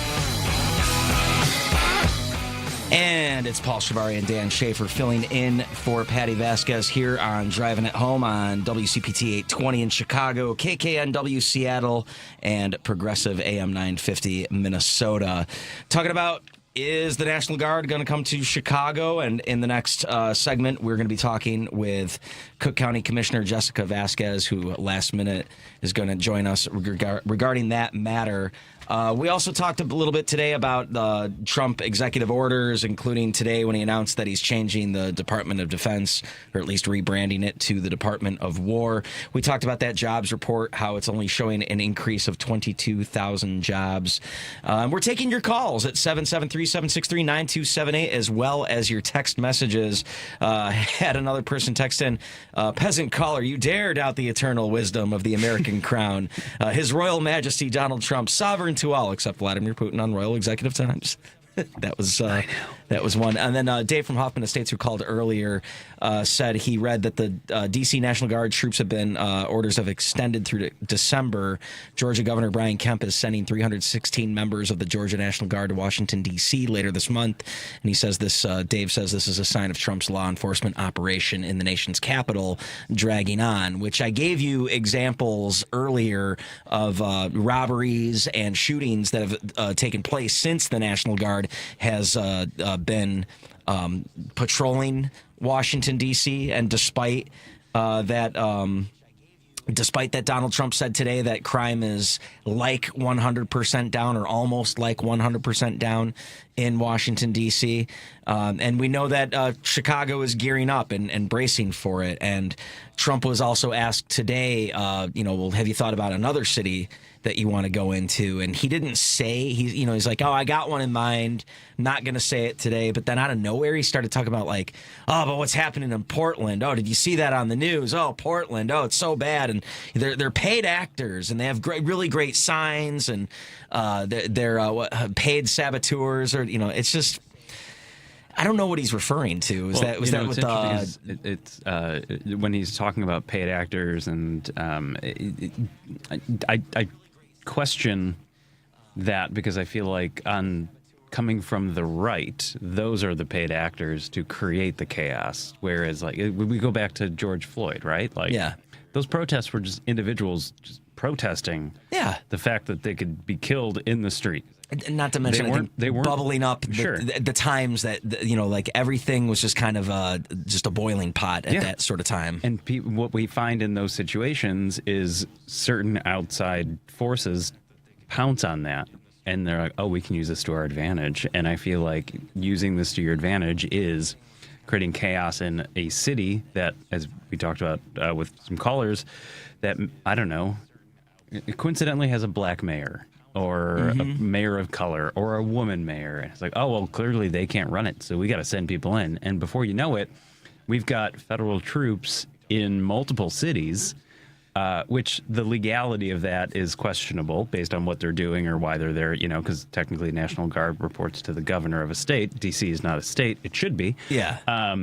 But I think that that's the chaos that individuals are trying to instigate. So when he says the paid provocateurs or whatever, I don't think it's the liberals paying people to go and create chaos in the streets, honestly. I don't think so either, but I don't know what he's referring to specifically today, talking about Portland. And I've noticed, too, that, I mean, Illinois is ripe in the sense that Pritzker, our governor, is gearing up, obviously on the national stage for it would almost be shameful at this point if he doesn't throw his hat into the ring in 2028. He could fund it himself if he wanted to. Yeah, I know, but he's every opportunity that he's taking right now, everything that he's saying, everything that he's doing to battle Trump, you can kind of tell that he's gearing himself up for this. Yeah. So I think blue state, Democratic governor, Democratic mayor, Brandon Johnson, it's an easy target for the Trump administration to try and take that down, right?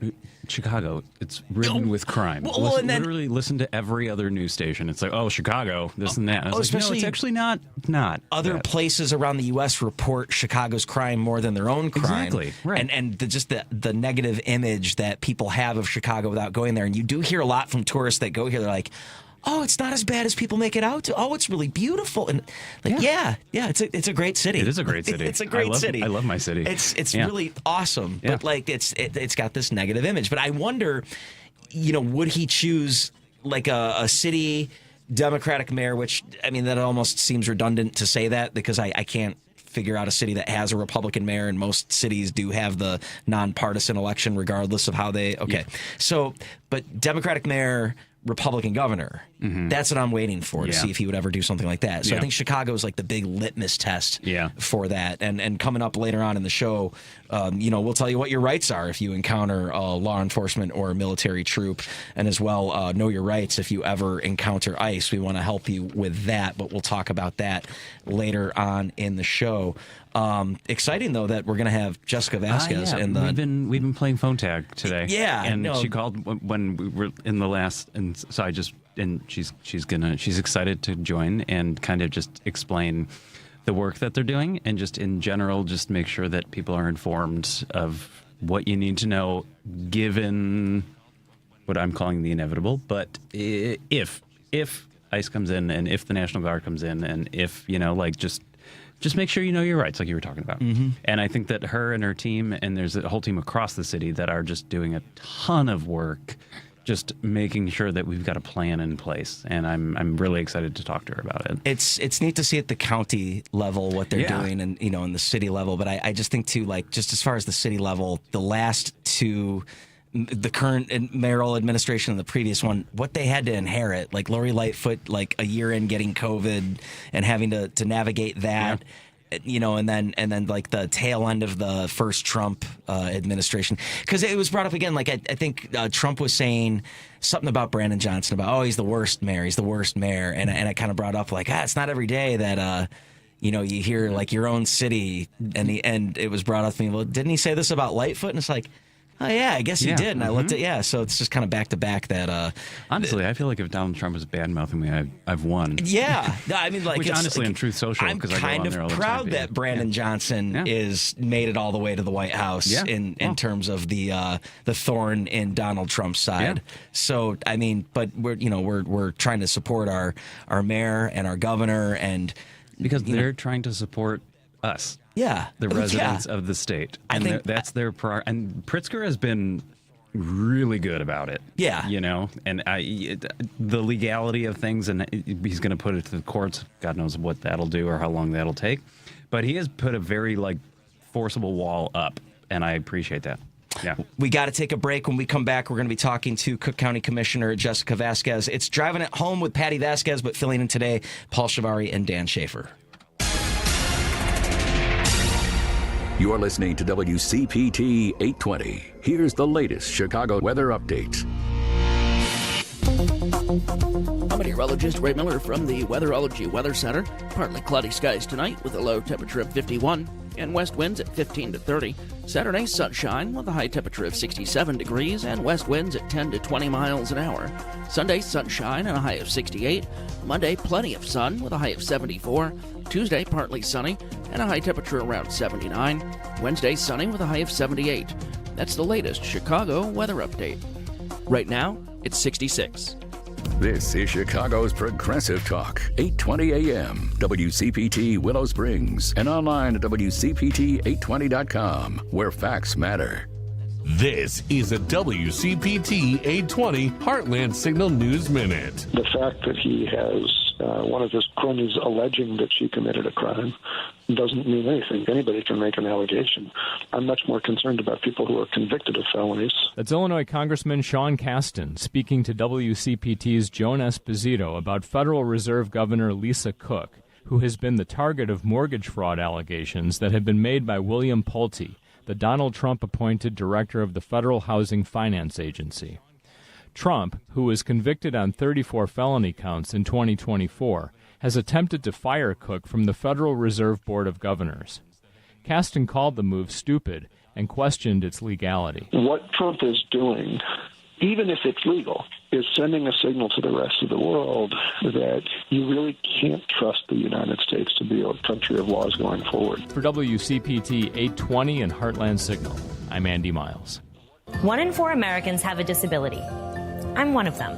I'm also a working mom who cares deeply about making sure every child with a disability thrives by getting their access needs met. We've got a trusted ally by our side.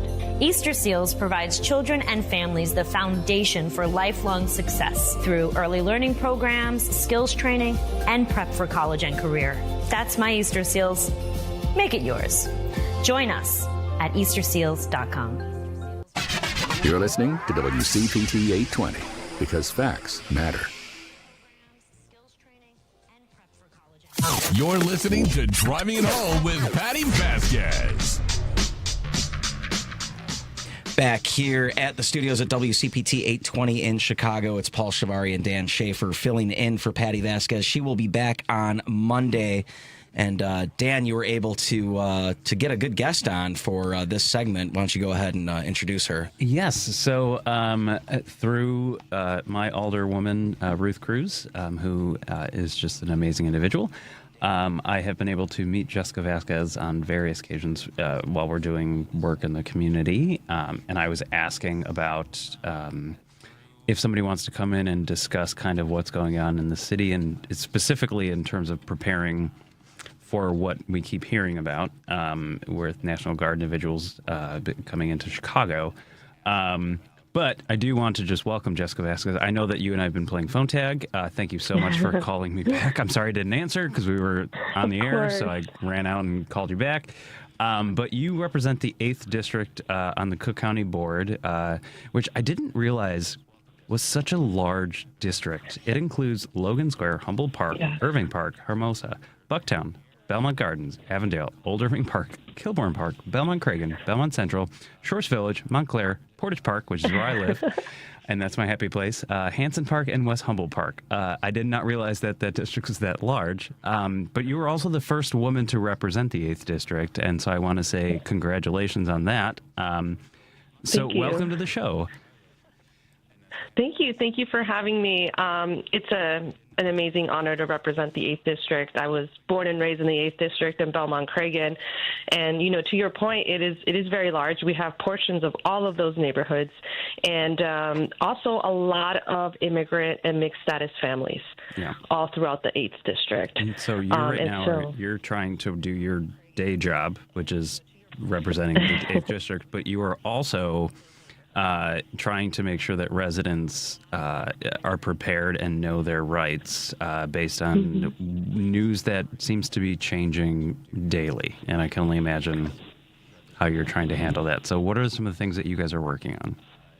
Yeah, absolutely. And so prior to being commissioner, I worked at the Illinois Coalition for Immigrant and Refugee Rights, which is a very trusted statewide organization here. And we have been working with ICER, which is their acronym. So they're not ICE, they're the anti-ICE, ICER.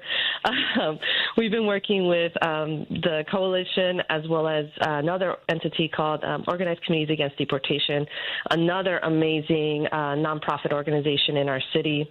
We've been working with them since January in what is called the Northwest Side Rapid Response. And it is basically a network of volunteers across the Northwest Side, residents who are trained on how to identify ICE. And we essentially check in with each other. We look out for ICE sightings, and then if there is, in fact, an incident with an ICE agent, we follow up with mutual aid and legal support and other services for those individuals. And a lot of our work is also debunking what folks think could be ICE. So a lot of individuals in our communities, they're very scared right now. And so, you know, previously we've had a lot of sightings reported to the Northwest Side Rapid Response that were sometimes local law enforcement, sometimes, you know, private security at Home Depot. That, I think, illustrates the level of fear that we had before we were told the National Guard could be coming into Chicago. And now, as you can imagine, we're seeing a lot more anxiety in our communities. And so our Northwest Side Rapid Response Group, which I co-chair along with two other fantastic community organizers, we are leading community canvases this weekend all across the Northwest Side. You do not have to be trained in ICE Watch. We will be providing trainings for these canvases. And essentially what these canvases are is an opportunity to door knock and to share Know Your Rights information with neighbors. Because we know that when folks are educated, that is the biggest and best line of defense. I think everyone has very famously said multiple times in these spaces, you know, remember when the border czar came to Chicago and he said the folks in Chicago are too educated. That is because folks knew their rights. Yep. And so these community canvases are aimed to make sure folks know what rights they have should they encounter ICE and what they can do if they think they see ICE. Yeah. And that is reporting it to the Family Support Network hotline. And I've been to one of those training days to be educated on how I can support my neighbors, basically. One of the biggest things is opening your door and the two different types of warrants. Can you talk a little bit about that? Yeah, so essentially, if you have what you think could be an ICE agent showing up at your door, you do not have to open the door. They must have a signed judicial warrant in order for you to be compelled to respond. And you have the right to ask for that. And so I think a lot of folks don't know that you have a specific warrant that would have the individual's name written on there, and that would qualify, you know, as I guess if you want to call it like a correct arrest and not a collateral arrest, which we actually see happening quite a bit now, unfortunately. But when ICE is doing the work the way that it was intended to be, it's a judicial warrant with a specific person's name on it. And they're supposed to seek out the specific individual named in the judicial warrant. But you do not have to open your door to an ICE agent. And if they don't show you any kind of documentation, you do not have to call on whoever they're asking for. They have to show you a judicial warrant with that person's name. I guess if someone does encounter themselves in a situation where ICE is knocking at their door, and refusing to let them in, like what resources in that moment do they have? Yeah, so the most important resource is to call the Family Support Network and hotline, because at that hotline, we're able to connect folks with the rapid response team, which is able to document what is happening as it's happening. But then also we have different supports, such as attorneys, working through the hotline. And so I think what's incredibly important is the documentation piece. And we know that in some instances there has been some overreach. So being able to document what is happening as it is happening can be very, very important and very useful down the road. And so calling the Family Support Network hotline is incredibly important. It's connected not only to the Illinois Coalition for Immigrant and Refugee Rights, but also the National Immigrant Justice Center and other organizations that have attorneys that are able to follow up with families if someone is detained, but also if they're not detained, to then discuss, what their current situation is, help walk them through creating a family plan so that if they are in this situation again, they know what to expect. A lot of folks also don't know that if an individual is detained, you can look them up in the system to see where they're going. That system is not great, and it is not updated as much as it should be because of the current administration that we're under. Yeah. But there are ways to find out what happens after an individual is detained, and a lot of people don't know that. And one of the ways that you can find out is by calling the network hotline so that you can get connected to the individuals that work at ICER or the attorneys that work at NAJC, to the different organizations that are helping to man this hotline 24/7. And I guess just, with you being a Cook County Commissioner, and by the way, we are speaking with the 8th District Cook County Board Commissioner Jessica Vasquez. Commissioner Vasquez, have you been kind of in coordination, or the county, with the city of Chicago or the state of Illinois, with the governor, about a potential visit from the National Guard and their assistance with ICE crackdowns? Yeah, so there's been one of the highlights, if we have a highlight in all of this, is that it has brought a lot of unity within our layers of government. And so I know that Cook County, the governor's office, state of Illinois, and the city of Chicago, they're meeting on a weekly basis to go over the different ways that we can continue to enforce the Trust Act, and we can continue to enforce our Welcoming City ordinance on the city of Chicago side, but then our fair and welcoming ordinance on the county side. And so those communications are constantly going. But then also Commissioner Anaya and myself, we introduced the resolution, and we will now be amending that resolution to be heard later this month, requiring communication from different county offices, bureaus, and departments if there is any interaction with ICE agents on county property. So just this week, we heard about 2 arrests at county courthouses, and the way that those kind of got reported out was through the news and through rapid response. We know the county is working on tracking these interactions, and we know that the county is seeking to ensure that our courthouses remain safe spaces. What our resolution will do is make it so that information is communicated, and therefore we can verify what actually happens before it's, the 8 o'clock news. Right. Right. It's having information in real time so that our residents can continue to make informed decisions, and so that our spaces can stay safe. And sometimes these residents are going to the courts to abide by a mandate that they have to appear with their own legal representation, but sometimes they are separated from their legal representation and then taken. That also scares individuals to not show up while they're still trying to follow the protocol to become citizens, right? Am I summarizing that correctly? Yes, it's a catch-22. So you get a summons and you're required to appear in court. And I think what you're referencing is what happened at the ISAP office in May, which I was also at. There was this incidents in which individuals were called for basically like a check-in on their immigration status. And so it's individuals who have been working with our government on their status. And they were called in to this office in the city. And while they were walking into the office, ICE agents were waiting for them inside of the ISAP office, outside of the ISAP office in the parking lot. It was essentially a trap. Mm-hmm. And so we're trying to eliminate what we're seeing happening in New York, which is the ICE agents going to the courthouses and detaining people after their cases are dismissed, or, even as they exit for a continuance. Yeah.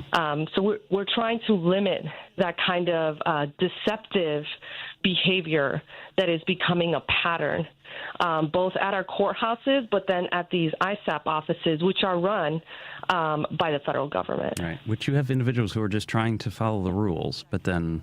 Exactly. I do want to just say, I know that I told you I wasn't going to keep you super long. We are speaking with the Cook County Commissioner of the 8th District. I will also point out the first woman to represent the 8th District, Jessica Vasquez. I love repetition. Just ask my husband. So how can folks find out more information about their rights, how to get involved if they want to volunteer? What's the best way to do it?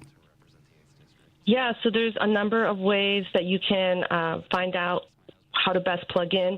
Since you all broadcast across the city, I'm going to point folks to the Illinois Coalition for Immigrant and Refugee Rights. And so if you're able to, you can visit icirr.org. And then you'll be able to understand what your rights are, depending on your status. You'll also be able to learn about ICE Watch trainings, Know Your Rights trainings, and then you can get plugged into rapid response. Perfect. Thank you very much for taking the time. I'm glad we were actually able to connect. Thank you very much. And I'm sure we will be seeing each other soon. So thank you very much for joining us. Have a great day. Bye. That was Jessica Vasquez, kind enough to call us on a Friday evening as well, spending some time with us. And what an interesting time in Chicago with all this. But I didn't realize the amount of resources at the county level that we had. So it was really good to get that information from her. We've got the final segment of Driving It Home with Patti Vasquez, Paul and Dan filling in. Want to hear your thoughts. We still got a couple people hanging on the line. We're going to get to your calls. 773-763-9278. That's 773-763-WCPT. We're on WCPT 820 in Chicago, KKNW in Seattle, and AM 950, Progressive Minnesota.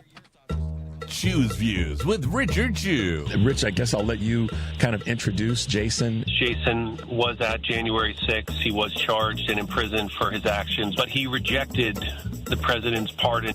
Following Trump, it was almost like being I think Raiders fans are probably the closest thing to Trump fans. If you're looking for a football fan, it's the Raiders, because they're the ones who wear the makeup and they're crazy. Richard Chew, weekday mornings at 6 on WCPT 820. Some people won't give you the real talk on drugs, but it's time we know the facts. Fentanyl is often laced into illicit drugs and used to make fake versions of prescription pills.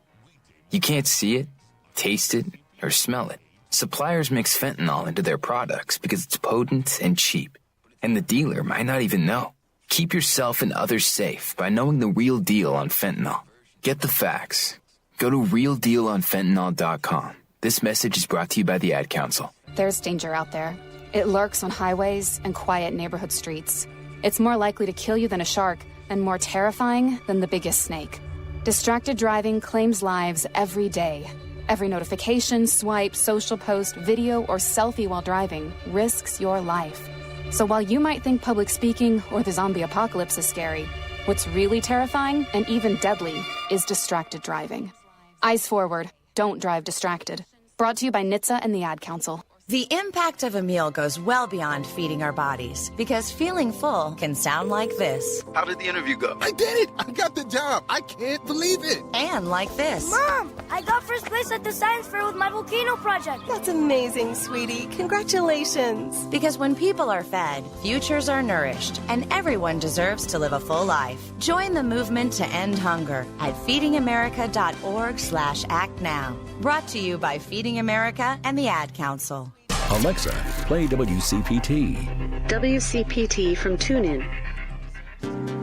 If you're listening to this station right now, you've definitely heard my voice before. Hi, I'm Hawk. And I'm Pete. And we're with Source Solar, your local source for solar. Source Solar is Chicagoland's premier solar installer, providing solutions for over 1,000 homeowners and business owners across Illinois and Iowa. With over a decade of industry experience and deep roots here in Chicago, we have the expertise to help your transition to clean, renewable, resilient energy. We can guarantee that we save you money day one without any out-of-pocket cost to you. This means you have an instant ROI, instant payback, and can save money to add to your bottom line day one. At Source Solar, we source everything as local as possible, meaning we always carry the Made in USA sticker. Find us online at www.source.solar. Stop in our office at 5710 North Northwest Highway or give us a call at 773-985-3992. And don't forget to ask for Hawk or Pete. No detours, no distractions. Just bold ideas and real talk. This is Driving It Home with Patti Vasquez. But today it's Paul Chivari and Dan Schaefer filling in for Patti Vasquez, who's going to be back on Monday. But we are in the final segment of the show. Want to take your calls. Holding on the line for the longest was Paul from Seattle. Paul, thanks for joining today. Hey, guys, you can hear me? Yes. Oh, great. So, if these National Guard troops are going to be sent there, or is Trump going to try to federalize the Illinois National Guard? I'm picking up the idea that he's bringing them in from somewhere else. Absolutely. Yes, I think he's bringing them in from somewhere else, probably stationing them at Great Lakes Naval Base. And Dan was telling me off the air before today on the Edens Expressway, which would lead you up to the naval base. You were saying on your way in, you saw like various protesters. They were having signs resisting and stuff. So when I'm watching Fox News, they were saying that at the very least he's going to be sending in federal agents because he's in not really uncharted territory, but the governor of each state controls the National Guard, right? And so I think that at the very least he can send in federal agents to protect federal buildings. And it's a very loose term, support local law enforcement. So I don't know what we're going to be experiencing, but I like that we're preparing. Yeah, I hope that Governor Pritzker and Brandon Johnson have some very definite plans. Yeah, but they cannot. Near the twain shall meet, federal law enforcement and local law enforcement. The Supreme Court has ruled that. I suppose the reason he's sending them in is because, the ruling that came down in the Ninth Circuit was that by Judge Charles Breyer, Stephen Breyer's brother, that it was illegal for him to federalize the California National Guard without the permission of Governor Gavin Newsom. So that means that Governor Pritzker still has command of the Illinois National Guard. Agreed. Yeah. Yeah. So he can. So he can use that to defend state powers. I don't know what his plan would be, but at some point there has to be a standoff. Yeah. Like, for instance, he could say, okay, you guys can guard your federal buildings and then just surround the perimeter of across the street, the block, and say, but you're not going anywhere else. Yeah, I feel like that's a standoff that he does not want to have. But, yeah, I don't know. I want to say the Dirksen Federal Building has already been roped off, which people think is a sign that it's going to happen at some point. It's going to happen, and it's going to happen here. Like you're talking about Portland. Now, this is interesting, is because I've been hearing I was listening as I survey right-wing talk radio. They were here in Seattle. They were talking, was it yesterday or the day before in the morning, about Yeah, another violent confrontation between protesters and the ICE facility in Portland. And now here to bring us more on the story is our very own KBI's Lars. Yeah, another violent protest. So I guess they burned a flag and they had a guillotine, some kind of looked like a guillotine. I don't know if it had a real blade in it or not. Yeah, they burned a flag and they had something that looked like a guillotine. And I'm thinking, where is the evidence of a violent protest, violent clash with ICE agents? So I called the station and I said, I learned nothing from that story about any violent protest. I learned they burned a flag, which is legal and constitutional. They had something that looked like a guillotine with maybe a real blade in it. I said, do you remember on January 6th they built a gallows on the lawn of the Capitol? Mm-hmm. And I said, so I didn't hear anything about violence. Were there arrests? Were there shots fired by police or tear gas? I don't know. Who does? But and I said, well, you're saying it's a violent protest, violent clash with ICE agents, but you're not giving any facts about what happened. He said, look, at a news station, we've been very unapologetic about that. We're a conservative talk station. I just laughed in the guy's face. I said, so you're spreading propaganda. So this is how they're setting it up, is that this is the right-wing setup to say there's violence in Portland, and now we're going to bring 6 troops there. And then I read in my email a feed from a local, what used to be a reliable news station. I get an email that said, Seattle, fourth most crime city in America, study shows. Like, yeah, what study? Exactly. I'm looking at the story you're talking about. One of our texters texted that Fox News story about ICE slams unhinged behavior of Portland protesters, and it looks like, yeah, they burned a flag, they rolled out a guillotine, and they were chased away by the the police there with it looked like they had some sort of riot gear or whatever, and just dispersing the crowd with, it looks like, tear gas in the photos, but it doesn't say anything about any aggression from the side of the protesters. Right, and no arrest. Yeah, no arrests. Yeah, right. Yeah, that's it. Yeah. Hey, right, Paul, so we got to let you go. We're running out of time, but thank you so much for calling us today. Yeah. Thanks, Paul. And we got enough time for one more call. Let's get Ron, who's been holding on the line from Lake County. Ron, thank you so much for holding on. Yeah, hi. Thank you guys for what you're doing to help promote sanity in the media. I'm calling from Lake County, where they have the Great Lakes Naval Base, and my information that I've heard over the last few days is that they indeed are planning on federalizing and transporting Texas National Guard troops up to the base to stage them from there to use them for forays into Chicago and probably the suburbs as well. We are all frustrated. I mean, as a citizen of this country, this is insane, and we've had enough of this stuff. And we are increasingly appreciative of those politicians who are doing what they can, and of the courts and a lot of lawyers who are doing what they can. But inevitably, there's so much of this overload and such a delay in response that people are getting frustrated and becoming hopeless, to the point where even left-wing and Democratic supporters in my family and friends and everyone else, they're becoming alienated from me trying to discuss these issues and send them information as I get it. So we need to do something drastic. And I know Governor Pritzker has done some very good things, and I support him, and I appreciate what he did to help house the sort of exiled Texas legislators recently. But I would like to suggest my own sort of, which is oddly, it's very similar to what your prior guest was suggesting, but maybe a little bit more in depth.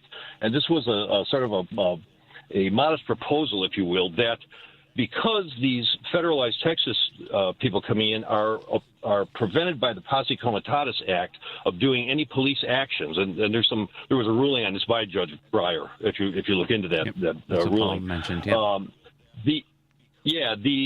But if the National Guard in Illinois is activated by the governor of Illinois, they can do policing action, and in order to make that less inflammatory, I would suggest that they might you work with other state police officers who are more in tune with the proper procedures to maintain people's rights and such, to go out and even if it's a case of shadowing these out-of-state National Guardsmen and observe what they're doing and maybe step in if there's some kind of violations of civil rights and so forth. And maybe they could even turn this into a great optic to make it look like, oh yeah, Illinois is cooperating with the federal agents and so forth, and they will go in and actually do any interventions with civilians that they encounter to ensure that they are transported civilly and not roughed by a bunch of cowardly, disguised thugs that no one knows whether they're actually officers for the federal government or not, and then maybe even transport these people to a safe area and then arrange for due process, which they're being denied. I know that's extreme and we don't want to see that happen, but